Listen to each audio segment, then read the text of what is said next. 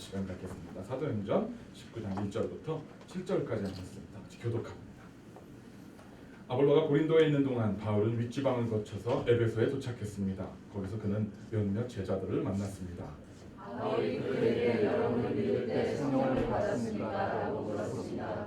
그들이 대답했습니다. 아니요, 우리는 성령이 있다는 사실도 듣지 못했습니다. 그래서 바울이 물었습니다. 그렇다면 여러분은 어떤 침례를 받았습니까? 그들이 대답했습니다. 요한의 침례입니다. 바울이 말했습니다. 요한의 침례는 회개의 침례입니다. 그는 백성들에게 자기 뒤에 오실 분을 믿으라고 그분이 바로 예수입니다. 그들은 이 말을 듣고 곧바로 주 예수의 이름으로 침례를 받았습니다. 바울이 그들에게 손을 얹자 성령이 그들에게 내려 그들이 방언으로 말하며 예언하게 되었습니다. 함께 했습니다. 그들은 모두 12사람 정도였습니다. 아멘. 하나님 감사합니다. 오늘도 부족한 종을 단위에 세우셨습니다. 하나님 종의 연약함을 아시오니 종의 입과 입술을 주님 주장하여 주셔서 오로지 하나님 말씀만을 대언하게 하시고 오로지 하나님 이 시간에 성령 충만한 은혜를 함께 나누는 시간 되게 역사하여 주시옵소서. 감사드릴 때 예수님의 이름으로 기도드렸습니다. 아멘. 우리가 교회를 다니면서 가장 많이 듣는 단어가 있습니다. 오늘도 예배 중에 찬양 가운데 우리가 많이 듣는 단어인데 그게 뭘까요? 바로 성령이라는 단어입니다. 성령. 성령에 대해서 굳이 정의를 내리자면 성령은 어떤 신비적인 힘이나 신비적인 현상이 아니라 하나님 자신이시다. 하나님께서 우리에게 보여주시는 영이시다라고 우리가 볼 수 있습니다. 성령의 호칭을 보면 영어에서는 Holy Spirit, 히브리서에서는 루아 코데시, 헬라어로는 푸뉴마, 라틴어로는 스피리투스 상투스라고 각각 이름들이 붙어 있습니다. 성경에서 특히 신약 성경에서 가장 많이 드러나는, 많이 보여지는 단어 가운데 하나가 바로 이 성령이라는 단어인데 막상 우리가 신앙생활을 하면서 우리의 신앙생활과 성령과 별로 연관이 없는 그런 신앙생활을 하는 경우가 참 많이 있습니다. 부흥회 같은 데 가면 막 성령 받아라 그러고 뭐 찬송가에도 뭐 불길 같은 성신여 뭐 성령이 오셨네 이런 찬양도 우리 많이 부르잖아요. 성령이라는 단어를 많이 우리는 다루고 있지만 막상 내 삶 속에서 내 신앙 속에서 과연 내가 성령과 어떠한 연관성을 갖고 살아가고 있는지 우리가 깊이 생각해 본 적이 별로 없다는 겁니다. 어떤 뭐 집회 같은 데 가면 뭐 성령의 뭐 임재하심을 기다린다 해서 막 북을 치면서 막 찬송가를 막 몇 시간씩 부르기도 하고 그런 모습들을 봅니다. 그리고 우리 성령에 대한 이렇게 성령 그러면 보통 떠오르는 단어들이 무슨 뭐 방언을 하고 예언을 하고 막 귀신을 쫓아내고 막 이런 신비적인 현상들을 우리는 보통은 떠올립니다. 과연 그럴까요? 성경에서 이야기하는 성령 충만함을 받으라 할 때 과연 그런 신비적인 어떤 초자연적인 현상들 그런 것이 과연 성령 받고 성령 충만한 삶의 모습일까요? 우리가 신앙생활을 하는 가운데 성경에서 굉장히 강조하고 있지만 동시에 우리가 많이 놓치고 있는 바로 이 성령 충만함이 어떤 것인가, 성령이 어떤 것인가에 대해서 오늘 말씀을 통해서 은혜를 나눠보기로 합니다. 저는 시간이 없어서 거의 TV 볼 시간이 없지만 어쨌든 시간이 나면 좀 유일하게 보는 프로가 디스커버리 채널이나 내셔널 지오그래피 채널 이런 거를 많이 봅니다. 그냥 보다 보면 거기서 배울 게 참 많아요. 그래서 그 채널을 되게 즐겨 보는데 한 몇 년 전에 내셔널 지오그래피 채널에서 이런 프로를 했었습니다. 스네이크 살베이션 이런 프로를 했었습니다. 혹시 보신 분들이 계신지 모르겠는데 저는 아무래도 이제 기독교인이다 보니까 저 프로를 굉장히 관심 있게 봤어요. 저 내용이 뭐냐면 켄터키에 있는 한 교회가 저 시리즈의 어떤 주제가 되는 교회였습니다. 스네이크 살베이션이 뭐냐면 저 교회는 예배 때 사진에서 보시는 것처럼 목사님이 뱀을 들고 예배를 드립니다. 근데 그냥 뱀이 아니라 독사입니다. 맹독을 가진 독사를 들고 예배를 합니다. 그리고 오른쪽에 보시는 것처럼 저 찬양 인도하는 분이 마시고 있는데 저게 맹독입니다. 독을 마셔요. 그래가지고 애든 어른이든 할 거 없이 뱀을 목에 두르고 손에 들고 독을 마시고 이렇게 예배를 합니다. 그래서 그거를 저 내셔널 지오그래피 채널에서 그것을 이제 연재해서 쭉 찍었어요. 아마 저분들은 마가복음 16장 17절 18절에 보면 이렇게 나와 있는 말씀을 믿고 저러는 것 같아요. 믿는 자들에게 이런 표적이 따르리니 곧 그들이 내 이름으로 귀신을 쫓아내며 새 방언을 말하며 뱀을 집어올리며 무슨 독을 마실지라도 해를 받지 않냐며 병든 사람에게 손을 얹으면 나으리라 하시더라 라는 말씀이 있습니다. 그리고 사도행전 28장에 보시면 사도 바울이 이렇게 불을 피우다가 배가 난파돼서 뱀한테 손을 물립니다.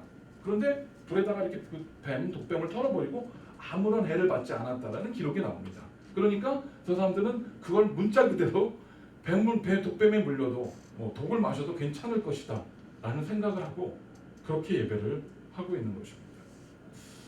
저들은 혹시라도 독사에 물려도 독을 마셔도 성령님께서 보호해 주시기 때문에 괜찮을 것이다 라고 이야기를 하고 실제로 뱀에 물려도 병원을 가지 않아요. 낫는다고 생각을 합니다. 안타까운 건 뭐냐면 아까 사진에 보셨던 오른쪽에 나온 목사님이 2014년에 뱀에 물려서 돌아가셨습니다. 2014년에. 그리고 저 시리즈물이 중단이 됩니다. 돌아가셨어요. 과연 성령의 역사하시면 독사에 물려도 안 죽고 독을 마셔도 괜찮다라는 믿음을 가지고 저렇게 예배하는 자들이 우리보다 성령 충만한 사람들일까요? 저들이 저렇게 예배하는 모습이 과연 하나님이 기뻐하시는 성령 충만한 예배의 모습일까요?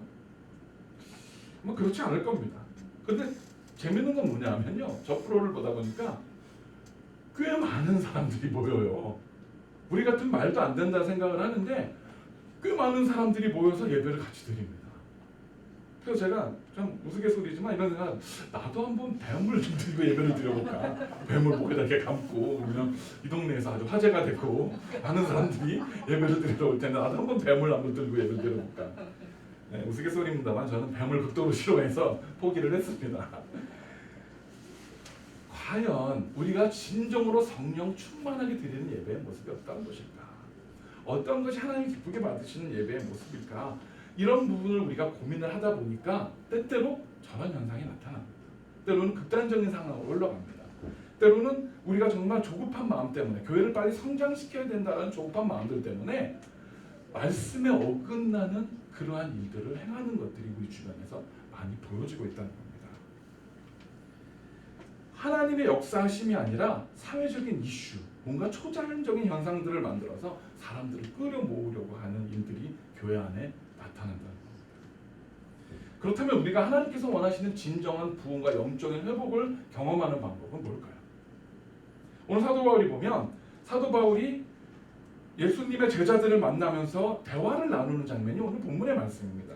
그래서 1절 2절에 보면 이렇게 말씀합니다. 사도 바울이 예수를 따르는 제자들을 만나자 그들에게 단도직입적으로 질문을 딱 던집니다. 그게 뭐냐면 아볼로가 고린도에 있는 동안 바울을 윗지방을 거쳐 에베소에 도착했습니다. 거기서 그는 몇몇 제자들을 만났습니다. 바울이 그들에게 여러분은 믿을 때 성령을 받았습니까? 라고 물었습니다. 그들이 대답했습니다. 아니요, 우리는 성령이 있다는 사실도 듣지 못했습니다. 사도 바울이 교회를 섬기는 제자들, 여기서 제자들이라고 말하는 사람들은 교회 리더들입니다. 디사이플들입니다. 교회의 그냥 성도가 아니라 교회 중직들, 교회 리더를 맡고 있는 제자들을 만났을 때 사도 바울이 그들이 믿고 있는 신앙에 대한 점검을 하기 위해서 첫 번째로 한 질문이 뭐냐면 성령을 받았습니까? 라고 묻습니다. 그들의 대답이 뭡니까? 아니요, 우리는 성령이 있다는 사실도 듣지 못했습니다. 당시에 초대교회들이 막 엄청나게 퍼져나갈 때였습니다. 그래서 각 지방에 에베소, 고린도 이런데 교회 초대교회들이 막 세워질 때였습니다. 그런데 초대교회가 어떻게 시작이 됐습니까? 마가의 다락방에 예수님을 소망하는 사람들이 모여서 기도할 때 성령이 불의 혀처럼 임해서 각각의 사람들이 성령 충만함을 받습니다. 그리고 그들이 받은 성령 충만함을 가지고 각지에 흩어져서 목숨을 걸고 복음을 증거해서 초대교회들이 세워지기 시작했습니다.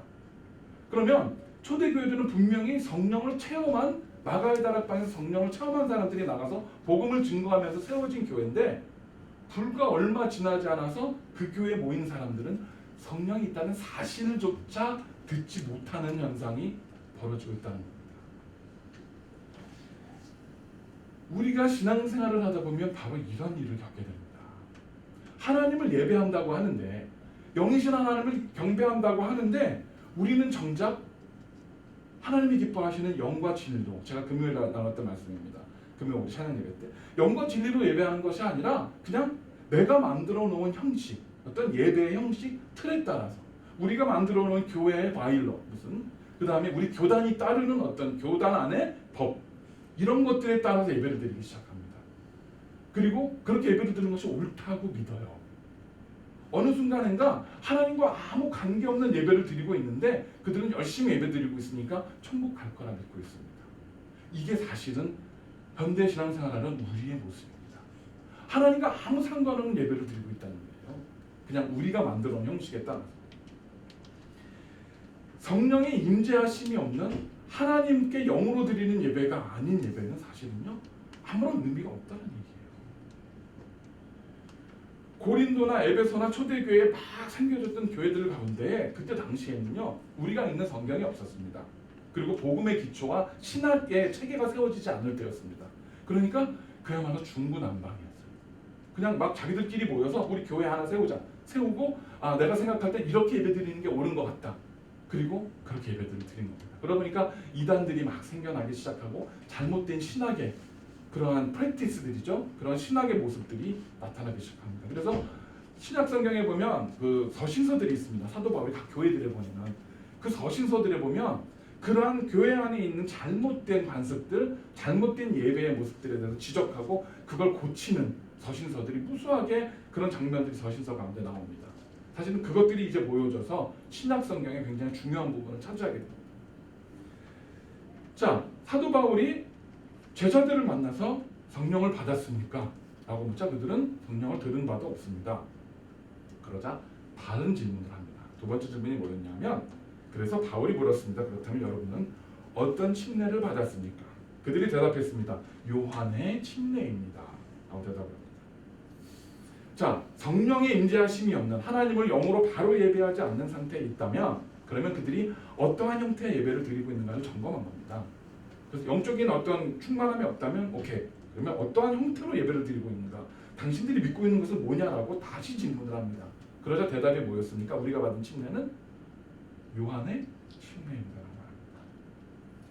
여기서 말하는 요한은 예수님의 제자 요한이 아니죠. 누굽니까? 침례 요한입니다. 침례 요한. 침례 요한은 어떤 사람이었습니까? 예수님이 오시기 전에 예수님의 길을 예비하는 자였습니다. 예수님이 오시기 전에 예수님이 오시는 그 길을 예비하는 그러한 사역을 감당했던 사람이었습니다. 그래서 그는 복음을 증거하고 내 뒤에 오실 이를 위해서 나는 그 길을 예비하는 자다라고 끊임없이 선포를 했습니다. 그래서 실제로 어떻게 됩니까? 예수님이 오시고 나니까 사도 바울은 아니죠. 침례 요한은 그의 사역이 끝이 납니다. 그리고 성경에서 갑자기 어느 순간 우리가 알다시피 살로메의 요청에 의해서 그 목이 달아나면서 순교를 당해서 사라져버립니다. 그런데 당시에 그 침례 요한은 유대인들에게 있어서는요 거의 예수님과 같은 사람이었어요. 그들은 침례 요한이 정말 그분이 예수님이다라고 믿는 사람들이 있었어요. 무수한 사람들이 그 뒤를 따르고 있었습니다. 그런데 요한 앞에 예수님이 침례를 받으러 나타나시니까 요한이 뭐라고 대답을 합니까? 나는 침례를 드릴 수가 없습니다. 나는 당신의 신발끈을 맬 자격도 없는 사람입니다. 라고 얘기를 합니다. 예수님이 당신이 나한테 침례를 줘야만 한다. 그래야 사역이 시작이 되고 하나님께서 원하시는 거니까 나에게 침례를 다오. 그래서 요한이 예수님께 침례를 드립니다. 그리고 나서 그는 자기의 위치, 자기의 사역이 거기까지라는 사실을 알고 겸손하게 뒤로 물러났습니다.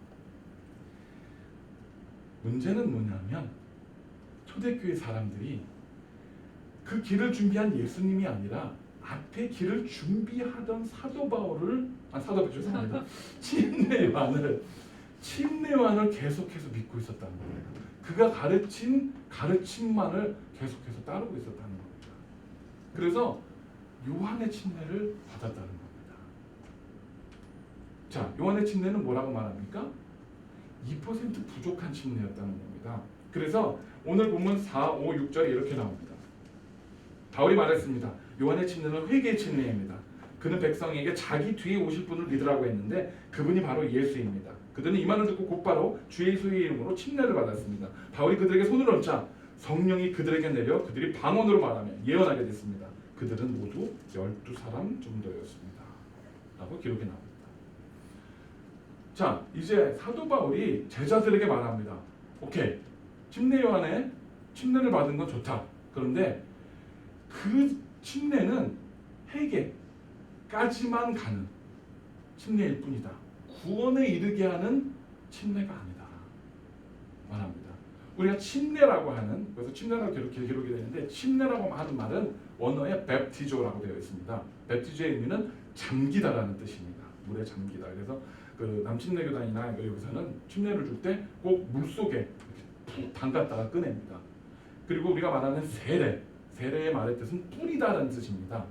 왜 세례라는 이 관습이 시작됐는지 제가 다음에 기회가 있으면 자세히 설명을 드리겠습니다. 세례와 침례에 큰 차이가 있기 때문에. 자, 그러면 침례 의식을 해야 하는 그 상징적인 의미는 뭡니까? 우리가 물속에 들어감으로 해서 죽는 겁니다. 원죄를 가지고 있었던 우리의 옛사람은 죽고, 그리고 물 바깥에 나오면서 다시 부활한 새 생명을 얻은 사람으로 거듭난다라는 상징적인 의미를 갖고 있는 겁니다. 그런데 당시의 제자들과 교회들은 침례 요한의 침례 말을 줬습니다.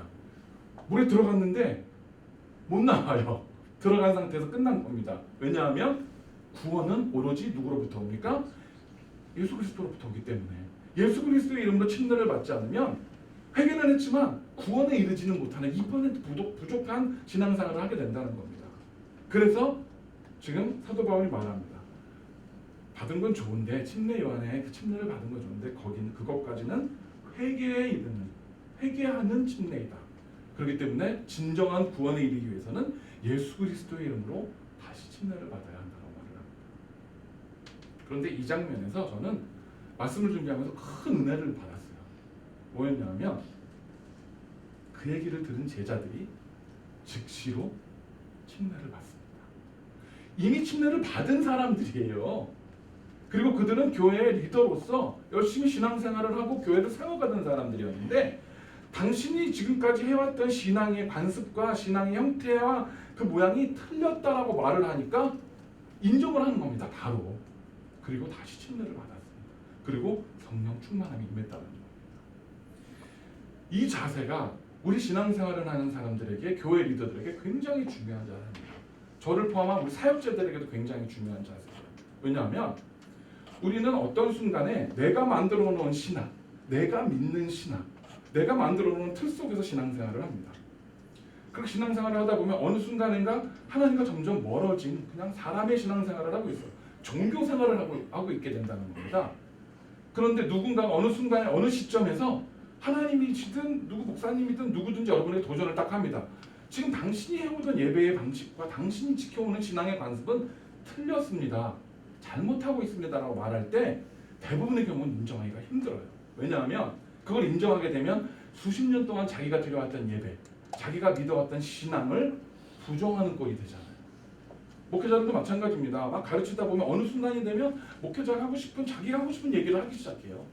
그러다가 보면 그거 아닙니다 얘기를 하면, 아 그렇죠, 내가 틀렸습니다, 회개하고 돌이켜야 되는데 아니라고 이야기를 해요. 자기가 잘못했다는 걸 인정하기 힘드니까. 대표적인 예가 뭐냐면 바로 로마 캐톨릭 교회였습니다.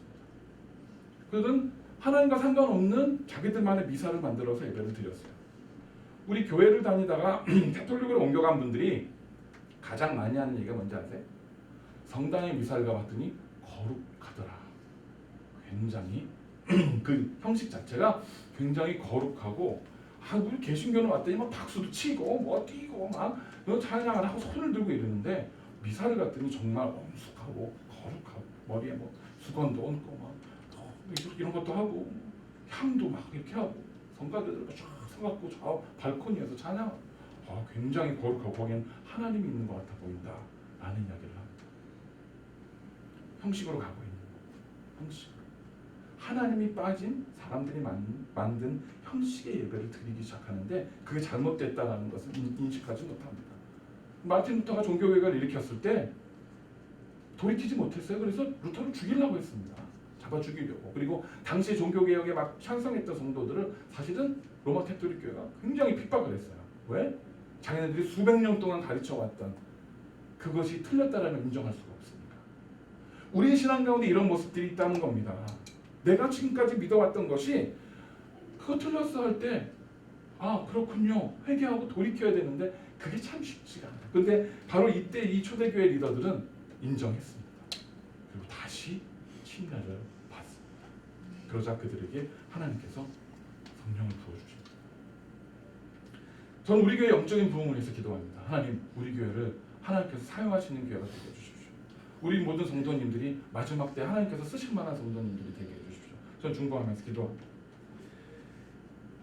우리 성도님들 가운데 우리 교회 가운데 하나님이 살아계시다는 확증을 보여주셔서 확증을 가지고 우리가 믿을 수 있는, 그래서 이제 정말 악한 때 어두운 때에 만세가 다가올수록 그런 시험과 환난이 다가올 텐데 흔들리지 않는 믿음으로 정말 목숨을 걸고도 내 신앙을 지켜낼 수 있는 성도와 교회가 되게 해주십시오. 저는 기도합니다. 그런데 이것이 사람의 방법으로 가능합니까? 안 됩니다. 제가 할 수 있습니까? 못합니다. 저도 사람에 불과합니다. 제가 우리 교회와 여러분들 한 분 한 분들 위해서 중보해서 기도할 수 있습니다. 하나님께 아뢰면서 하나님 우리 집사님 우리 성도님 성령 충만함을 주십시오라고 중보하고 기도합니다. 그런데 제가 여러분들에게 손을 얹는다고 제 손을 통해서 무슨 성령이 나가고 제 손에서 무슨 광선이 나가서 여러분이 병이 치료가 되고 그럴까요? 그렇지 않아요. 아닙니다. 저는 도구일 뿐이에요. 정작 여러분의 상처받은 심령을 치료하시고 여러분들의 가지고 있는 문제들을 해결하시고 여러분들 가운데 성령 충만함을 주시는 분은 어떤 일개의 목사나 사람이 아니라 하나님께서만 하실 수 있는 것을 거의 하나님께서만 하실 수 있는 사실을 믿으시기를 바랍니다. 그래서 어떤 사람이나 어떤 누구를 맹목적으로 추정하지 마세요. 우리가 바라야 될 것은 말씀 안에서 역사하시는 하나님, 우리를 머리털까지 세신 바 된 누구보다도 잘 아시는 그분이 내 문제와 내 고민과 내 눈물을 닦아주시고 해결해 주실 거라는 확신 안에서 그 하나님을 소망해야 돼요. 그리고 그 가운데서 우리 가운데 부어주시는 은혜가 바로 진정한 성령 충만인 것입니다. 사랑하는 성도 여러분, 성령 충만하기를 구하십시오. 그러나 그것이 어떤 모임이나 어떤 사람이나 어떤 특정한 환경에서 주어지는 것이 아니라 여러분들이 예배하시는 가운데, 여러분들이 가정에서 말씀을 고요한 가운데 말씀을 묵상하시는 가운데 여러분들의 삶에 말씀하시고 변화시키는 하나님의 놀라우신 은혜를 경험하시는 여러분들이 되시기를 간절히 축원합니다. 지난 금요 예배 때 제가 이런 말씀을 나눴습니다. 하나님은 영과 진리로 예배드리는 사람을 찾으신다. 하나님께서 찾으시는 예배는 영과 진리로 드리는 예배이다 라는 말씀을 나눴습니다. 하나님은 왜 영과 진리로 드리는 예배를 찾으신다고 제가 말씀을 드렸습니까? 기억하십니까? 하나님이 영이시기 때문에, 하나님은 영이시기 때문에 우리는 영이신 하나님을 예배합니다. 영이신 하나님을 예배하기 때문에 우리가 아무리 사람의 방식으로 예배해도 하나님은 받지 않으십니다. 그러나 우리가 영으로 예배할 때 하나님은 그 예배를 받으십니다. 우리가 성령 충만함으로 하나님을 예배할 때에 하나님은 그 예배 가운데 임하셔서 영과 영으로 대화하시고 영과 영으로 말씀하시고 역사하신다는 겁니다. 제가 여기서 성령 충만하게 예배를 드려야 된다는 것은 여러분들도 다 독사를 막 들고 독을 마시면서 예배를 드리라는 말씀이 아니에요. 하나님을 향한 기대감, 거룩한 기대감, 하나님을 만날 수 있다, 하나님이 함께 하실 거라는 우리 예배 가운데 성령 충만하심이 마가의 다락방에 임했던 것처럼 임할 것이라는 거룩한 기대감이 있을 때에 하나님의 역사하심이 우리 가운데 나타나는 것입니다. 그런데 우리가 그런 기대감이 없이 그저 형식에 따라 주보에 있는 예배 순서에 따라 예배만을 드리고 있다고 하면 우리는 예배를 드리는 게 아닙니다. 제가 단호히 말씀드릴 수 있습니다. 왜요? 하나님께서 우리가 뭐라고 말씀하셨습니까? 황소를 드림보다 진정한 예배를 받으신 하나님이시다. 그렇게 우리가 말씀하셨잖아요. 내가 바라는 것은 재물이 아니라 황소나 양이나 염소가 아니라 뭐를 바라신다고요? 우리의 상한 심령을 바라시는 하나님이라 말씀합니다. 우리가 예배에 나올 때에요, 우리의 상한 심령을 갖고 나오셔야 돼요. 여러분들이 상처받은 마음들, 여러분들 속에 있는 아픔, 눈물, 근심, 걱정, 염려 가지고 나오세요. 그걸 제물로 드리는 겁니다. 하나님은 그걸 받으신다고 말씀하셨어요. 왜? 우리가 그것을 하나님 앞에 나와서 우리가 기도하며 찬양하는데 쏟아놓을 수 있다는 건 하나님께서 그걸 받으실 것이라는 믿음의 확신이 있기 때문에 가능한 겁니다. 하나님이 내 기도를 들으시고 내 예배를 받으실 거라는 확신이 없으면 우리는 하나님 앞에 내려놓을 수가 없잖아요. 그러나 들으실 대상이, 응답하실 대상이 있다는 걸 우리가 인식하고 있기 때문에 우리는 우리의 마음을 쏟아놓을 수가 있는 겁니다. 그 예배가 진정한 예배라는 거예요. 그 예배가 하나님께서 받기를 원하시는 예배라는 사실입니다. 오늘 본문에서 사도 바울에게 안수를 받고 성령 충만을 받은 사람이 몇 명입니까? 몇 명이라고 그랬죠? 아까 말씀에 12명입니다. 예수님의 제자가 몇 명이었습니까? 12명이었습니다. 예수님의 제자 12명이 예수님께서 십자가에 달려서 승천하실 때에 그레이트 커미션, 가서 모든 족속으로 제자를 삼아 아버지와 아들과 성령의 이름으로 침례를 주고 내가 가르치는 모든 것을 그들에게 내가 분반 모든 것을 가르쳐 지키게 하라. 12명을 보내셨잖아요. 그리고 지금 에베소 교회에 12명의 사람들이 다시 성령 충만함을 받습니다. 그리고 그들을 통해서 놀라운 초대교회 역사와 부흥의 역사가 시작이 됩니다. 오늘 여기 앉아 계신 분이 몇 분입니까?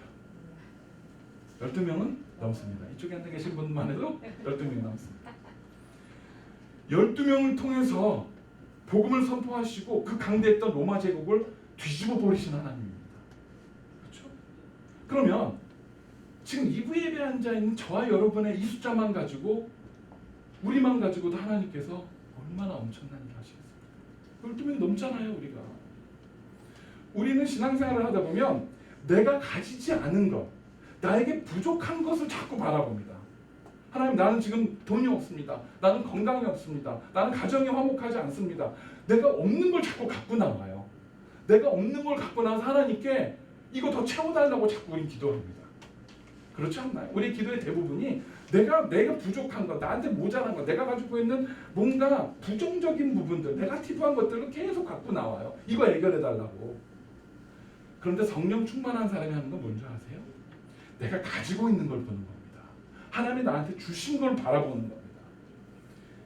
떡 5덩이와 물고기 2마리를 보는 거예요. 이거 정말 아무것도 아닌데, 이걸로 3,000명, 5,000명을 남자들만 먹일 수 있다는 것을 바라볼 수 있는 게 바로 성령 충만한 사람의 모습이라는 것입니다. 지금 여러분이 가진 게 뭡니까? 하나님이 여러분에게 주신 축복이 뭡니까? 받은 복을 먼저 세워보십시오. 하나님이 여러분들에게 주신 것이 무엇인지를 먼저 세워보십시오.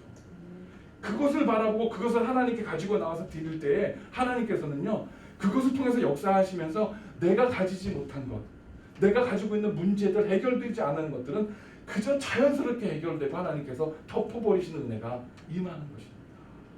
이것이 성령 충만한 사람의 삶의 모습이라는 것입니다. 그래서 사도행전 2장 46절 47절에 보면 이렇게 기록이 되어 있습니다. 그리고 날마다 성전에서 한 마음으로 모이게 힘쓰고 집집마다 빵을 떼면서 기쁨과 순수한 마음으로 음식을 나눠 먹었습니다. 그리고 하나님을 찬양하고 사람들로부터 칭찬을 받아 주께서 날마다 구원받는 사람들을 더하게 하셨습니다. 할렐루야. 자, 성령 충만한 사람들이 모여서 한 일이 뭡니까? 오늘 본문에 나온 말씀처럼 그들이 모여서 성전에 한 마음으로 모여서 모이게 힘썼습니다. 모이게 힘써야 됩니다. 그리고 서로 모여서 빵을 뗐습니다. 같이 음식을 나눠 먹었습니다. 저는 우리 교회 주중에 거의 제가 나와 있습니다. 하루에 한 15시간 제가 교회에 있는 것 같아요. 네, 아침에 새벽별 보고 나와서 저녁에 해지면 집에 들어가니까 거의 뭐 아시는 분들은 아시잖아요. 주중에 교회 나오시는 분은. 저는 우리 교회 이렇게 하루 종일 나와서 이렇게 보면서 되게 감사해요. 우리 교회만큼 가성비가 좋은 교회가 없어요. 네, 우리 교회만큼 렌트비가 아깝지 않은 교회가 없습니다. 왜냐하면 주중에 계속해서 성도들이 모이세요. 선교사님이 인도하시는 여성 모임들, 또 창세기 복음학교 이런 것들로 인해서 계속 모이십니다. 그리고 중보기도 팀이 모여서 기도하죠. 또 우리 금요일날 찬양 예배드리죠. 또 연습하죠. 청년들 나와서 또 청년들 모임합니다. 이렇게 가성비가 좋은 그런 교회가 어디 있습니까? 정말 가성비 좋아요. 그리고 지금은 좀 쉬고 있습니다만 가정교회 우리 순 모여서 여러분들 음식을 나눕니다. 떡을 떼고 같이 거기서 삶을 나눕니다. 어제도 제가 오늘 성도님 가정에 방문을 해서 아주 엄청난 떡을 뗐습니다. 네, 엄청난 떡을 떼고 거기서 하나님의 은혜를 서로 나누고 대화를 나누고 그러한 모습들이 우리 가운데 있습니다. 그리고 금요 찬양 예배 때나 주일 때나 모여서 마음껏 정말 소리질러 하나님 앞에 찬양하고 예배하고 기도합니다. 자, 아까 있었던 말씀 가운데 딱 두 가지가 우리한테 부족합니다. 그게 뭐냐면 첫 번째는 사람들로부터 칭찬받는 겁니다. 아까 있던 말씀에 뭐라고 되어 있습니까? 그렇게 날마다 성전에서 한 마음으로 모이게 힘쓰고 집집마다 빵을 떼면서 순수한 마음으로 음식을 나눠 먹고 47절에 보면 하나님을 찬양하고 우리가 찬양하는 거 금요 예배 때 찬양하고 예배합니다. 자, 그리고 나서 뭐라고 나오냐면 사람들로부터 칭찬을 받는다라고 되어 있습니다. 성령 충만한 사람들은요, 교회에서만이 아니라 사람들에게 칭찬을 받을 수 있어야 합니다. 내가 성령 충만한 삶을 살아가고 있는가는 사실은 교회 안에서가 아니라 세상 속에 믿지 않는 사람들, 나를 아는 사람들이, 내 이웃들이, 내 직장 동료들이 나를 칭찬하고 있는가 아닌가를 보면 비춰볼 수 있어요. 왜? 성령 충만한 사람이 칭찬받아야 합니다. 세상 속에서. 그래서 우리가 정말 세상 사람들로부터 칭찬을 받는다는 건 세상 사람들과 어울려서 그들의 비율을 맞춰주고 그들을 즐겁게 해주라는 얘기가 아니에요. 그들에게 복음을 증거하고 말씀의 진리를 선포하고 그들이 구원의 길로 갈 수 있는 길을 제시하는 겁니다. 담대하게 그렇게 말씀을 증거하는 사람들이 성령 충만하면요, 말씀의 권위가 생겨요. 말씀의 권위가 생깁니다. 복음을 증거할 때 하나님께서 말씀하셨잖아요. 너희가 가서 복음을 증거할 때 무슨 말을 할까 염려하지 마라. 너희가 할 말을 내가 줄 것이다 말씀하셨거든요. 그게 말씀의 권위입니다. 여러분들이 성령 충만하지 않을 때는 직장 동료들이 주변에 있는 사람들 예수 믿어도 해도 뭐라 그럽니까? 너나 잘하세요. 그럽니다. 내가 성령이 충만해지고 사람들에게 칭찬을 받고 칭송을 받기 시작하고 그리고 하나님의 말씀과 복음을 증거하잖아요. 그러면 그들이 듣습니다. 경청합니다. 이게 말씀의 권위입니다. 그래서 우리는 세상 가운데 칭찬을 받아야 합니다. 그래서 말씀의 권위가 생겨야 한다는 것입니다. 그리고 두 번째 뭡니까? 그 수를 더하게 하십니다. 그 수를 더하게 하시는 거예요. 하나님께서 날마다 그 수를 더하게 하셨다고 말씀합니다. 우리가 하나님 앞에 바른 교회로 서면요, 우리가 노력하지 않아도 하나님께서 그 수를 더하게 해주신다는 약속의 말씀을 합니다. 우리가 신앙생활을 하다 보면요, 어느 순간에 교회 성장에 집중을 합니다. 교회 성장. 그래서 어떤 교회들은 가보면 올해 우리 성도들 목표 500명. 그래가지고 500명 달성. 그래서 막 무슨 전도 해가지고 이름 적어내가지고 상도 줍니다. 전도상, 전도왕 그래갖고 막 상 주고 트로피 주고 막 선물 줍니다. 아마 보신 기업들이 있으실 거예요. 신앙생활 하시다 보면. 성장에 몰입을 하고 성장에 올인을 하는 교회는 반드시 넘어지게 되어 있습니다. 우리가 추구하는 것은 성장이 아닙니다. 우리가 소망해야 될 것은 부흥입니다. 할렐루야. 성장과 부흥의 차이를 아시겠어요? 성장은 머릿수가 늘어나고 건물이 커지는 건 성장입니다. 부흥은 뭡니까? 적은 숫자가 모였지만 한 사람 한 사람이 성령 충만한 하나님의 일꾼으로 변화되는 겁니다. 우리가 소망하는 것, 제가 우리 교회를 놓고 하나님 앞에 간절히 기도하는 것은요, 부흥을 위해 기도합니다. 하나님, 우리를 부흥시켜 주십시오. 성장이 아니라 우리를 부흥시켜 주십시오. 성령의 역사가 나타나는 교회, 하나님의 살아서 역사하시는 교회. 이 교회에 발을 디디는 사람들은 우리 교회 안에서 역사하신 하나님을 그들이 느낄 수 있는 그러한 교회 되게 해주십시오. 하나님 기도합니다.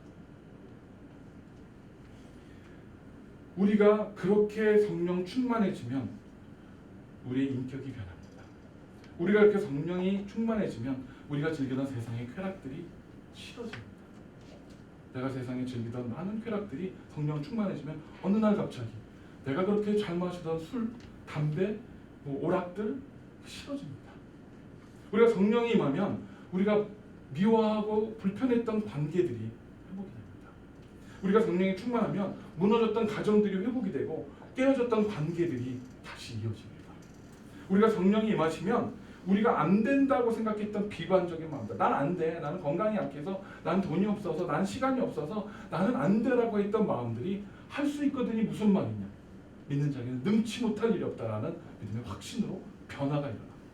성령이 임하시면 우리 가운데에 하나님의 역사하심이 저절로 드러납니다. 내가 하려고 억지로 보이려고, 내가 무슨 뭐 방언을 하려고 노력하는 것이 아니라, 내가 병 고치고 예언을 하고 하려고 하는 게 노력해서 되는 것이 아니라 흘러나오게 됩니다. 저절로 흘러나오는 역사가 나타납니다.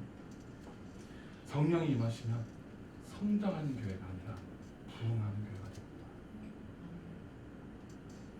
성령 충만함 받으십시다. 그래서 성령 충만해서 부흥하는 교회가 됩시다. 머리숱 늘리려고 하지 맙시다. 사람들 데려다가 앉혀서 전도 무슨 예전에 한동안 많이 해왔던 그런 전도 무슨 폭발 무슨 전도 무슨 고구마 무슨 전도법 막 이런 게 하고 사람들 집회하고 막 데려다 앉혀놔요. 그리고 상 줍니다. 상 받고 뭐 우리 뭐 몇 명이 늘었습니다.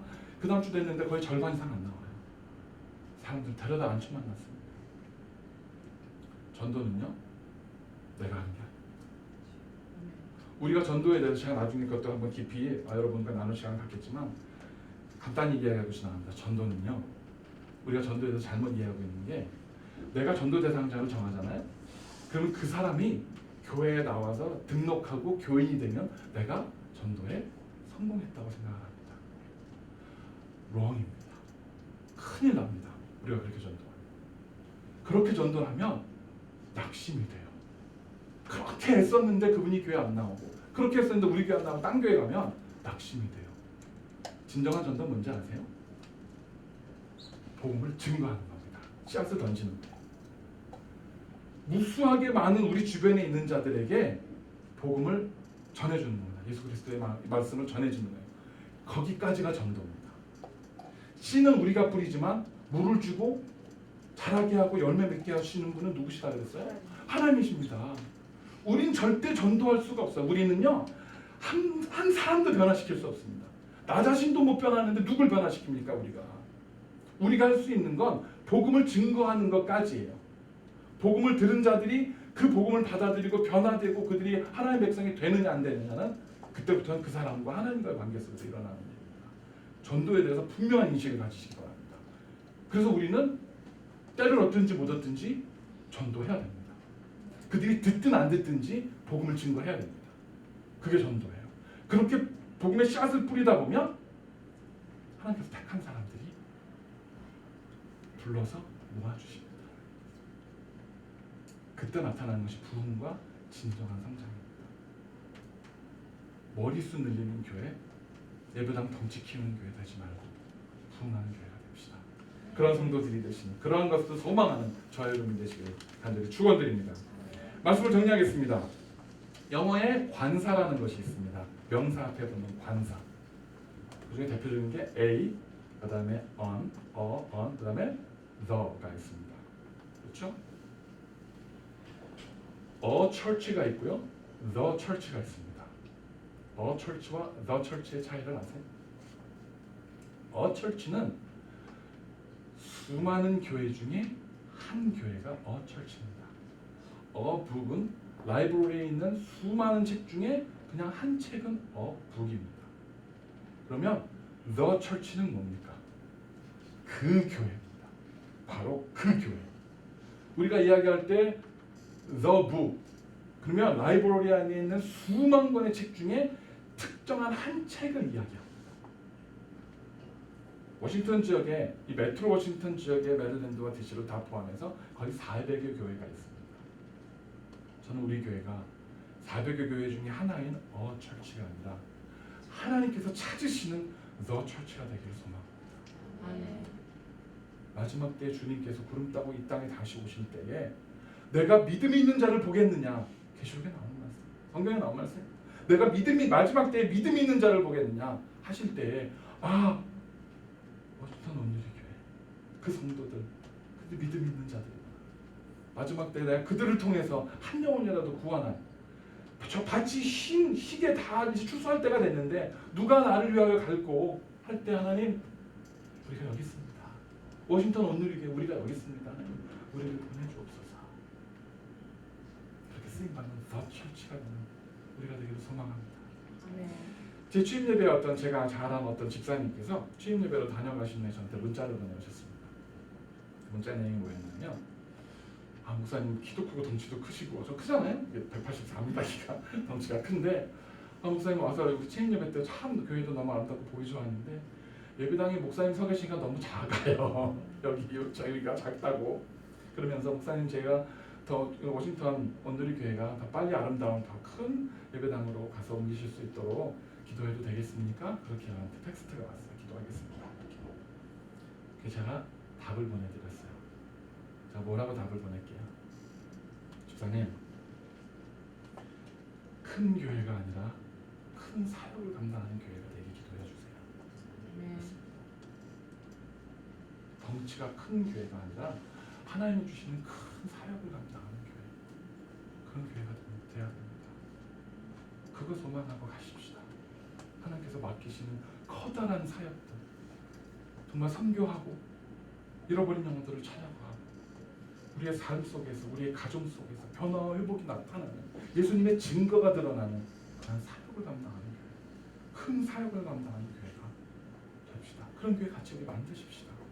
그래서 정말 사람만 많이 모여서 북적이고 시끄러운 교회가 아니라 적은 소수라도 하나님이 기뻐하시는 하나님만을 바라보고 소망하는 사람들이 모여서 하나님이 기뻐하시는 예배드리고 하나님이 찾으실 만한 교회 만들어가는 마지막 때 그런 선한 사람들 모인 교회 선한 교회가 되기를 주님의 이름으로 간절히 축원합니다.